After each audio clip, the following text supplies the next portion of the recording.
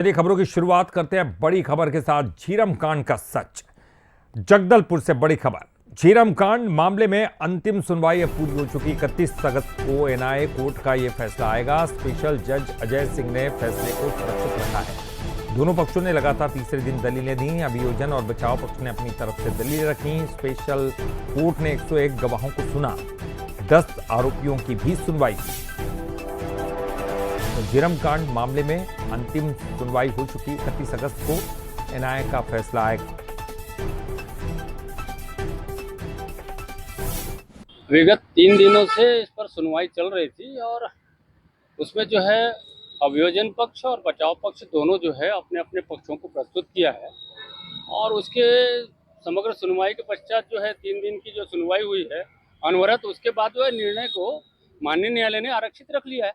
प्रकरण में जो है 10/8/2026 से आर्गुमेंट शुरू हुआ था और आज चाय काल तक चला है। दोनों पक्षों ने अपना दलीलें रखी है। मैंने बचाव पक्ष की ओर से पैरवी किया है और मैंने भी अपने पक्षकारों की ओर से मजबूती से दलीलें रखी है। न्यायालय ने जो है 31/8/26 के लिए फैसले के लिए सुरक्षित रखा है। और चलिए ज्यादा जानकारी के लिए बात करेंगे। हमारे साथ बस्तर ब्यूरो चीफ रजत वाजपेयी जी जुड़ गए हैं। रजत जी, ये एक लंबे समय से चला आ रहा था और इस पर तमाम चीज़ें, प्रतिक्रियाएं पक्ष और विपक्ष की तरफ से हम लगातार देख रहे थे, लेकिन अब इंतज़ार कोर्ट में जो सुनवाई हुई है उसका है।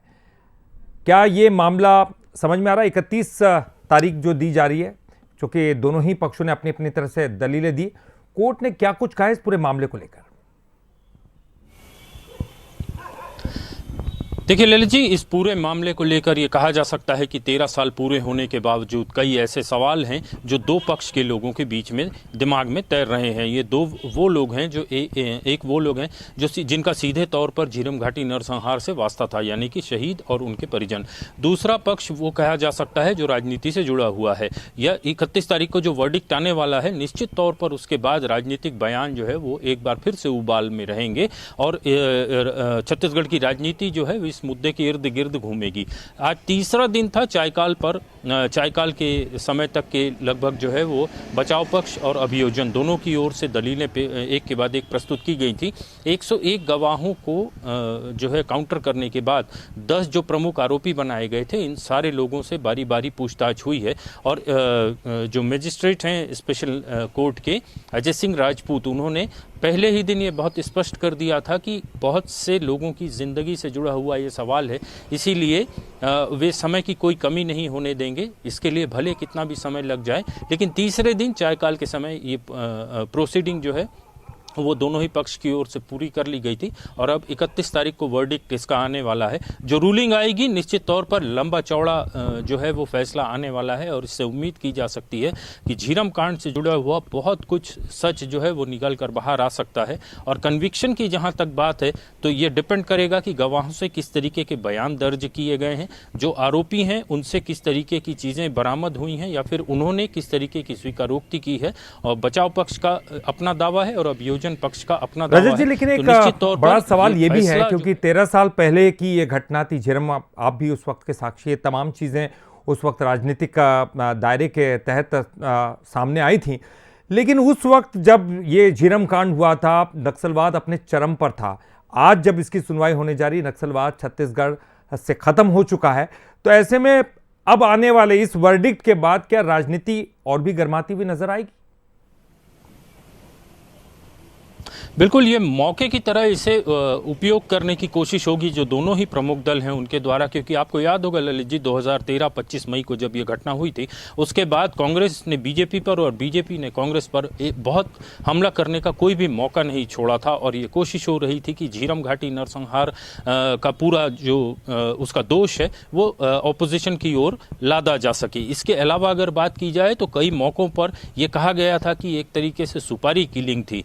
पूर्व मुख्यमंत्री भूपेश बघेल ने कई मरतबे ये बात कही थी कि वे झीरम का सच अपने पॉकेट में लेकर घूम रहे हैं।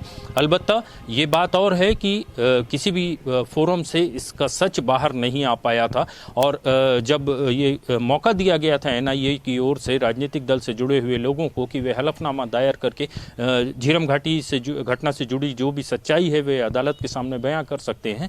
हलफनामा तो बहुत लोगों ने दिया, लेकिन बाद में अपने पैर पीछे खींच लिए और बयान देने के लिए कोर्ट में नहीं पहुंचे थे। तो कहने का आशय ये है कि आज जिन 10 लोगों का कन्विक्शन हो रहा है, उन लोगों में से कई ऐसे हैं जो मनकेली गोरना गांव के रहने वाले हैं। मनकेली गोरना वही गांव है बीजापुर जिले का जो एक समय में घोर नक्सल प्रभावित यहाँ के लोग माने जाते थे, और उनका नक्सलवाद के प्रति काफ़ी रुझान जो है वो दिखाई देता था। आज की परिस्थिति की अगर बात करें तो जो 10 लोग हैं जिन्हें प्रमुख आरोपी बनाया गया है, उनमें एक महादेव नाग भी है जो बहुत चर्चित नाम है दरभा इलाके का। तो कहा जा सकता है कि निश्चित तौर पर ये इस पे बहुत से ऐसे लोग हैं, आमतौर पर ललित जी अदालती फैसलों पर बहुत गिने चुने लोग होते हैं जिनकी निगाह रहती है, लेकिन इस मामले पर पिछले 3 दिनों से जगदलपुर का जो जिला एवं सत्र न्यायालय का एनआईए कोर्ट है वो हॉटस्पॉट बना हुआ था, और आम लोग भी जो है वो जानने की कोशिश करते हुए दिखाई दे रहे थे कि आखिर कोर्ट में किस तरीके की प्रोसीडिंग जो है वो चल रही है, किस तरीके की दलीलें दी जा रही हैं। चूंकि ओपन कोर्ट था इसलिए वहाँ कोई भी जाकर बैठ सकता था और दलीलों को सुन सकता था, तो आम लोगों में भी इस बात को लेकर के क्यूरियोसिटी दिखी थी कि इस पूरे प्रकरण से जुड़े अदालती कार्रवाई जो है वो किस दिशा में। बिल्कुल, यानी कि अब इंतजार रहेगा रजत जी कि अब ये जो फैसला आता है वो किस तरह का ये फैसला रहता है, क्योंकि क्यूरियोसिटी काफ़ी लंबे समय से थी, और अब 31 तारीख तक का इंतजार रहेगा। बहुत बहुत शुक्रिया आपका इस पूरी जानकारी के लिए, बातचीत करने के लिए।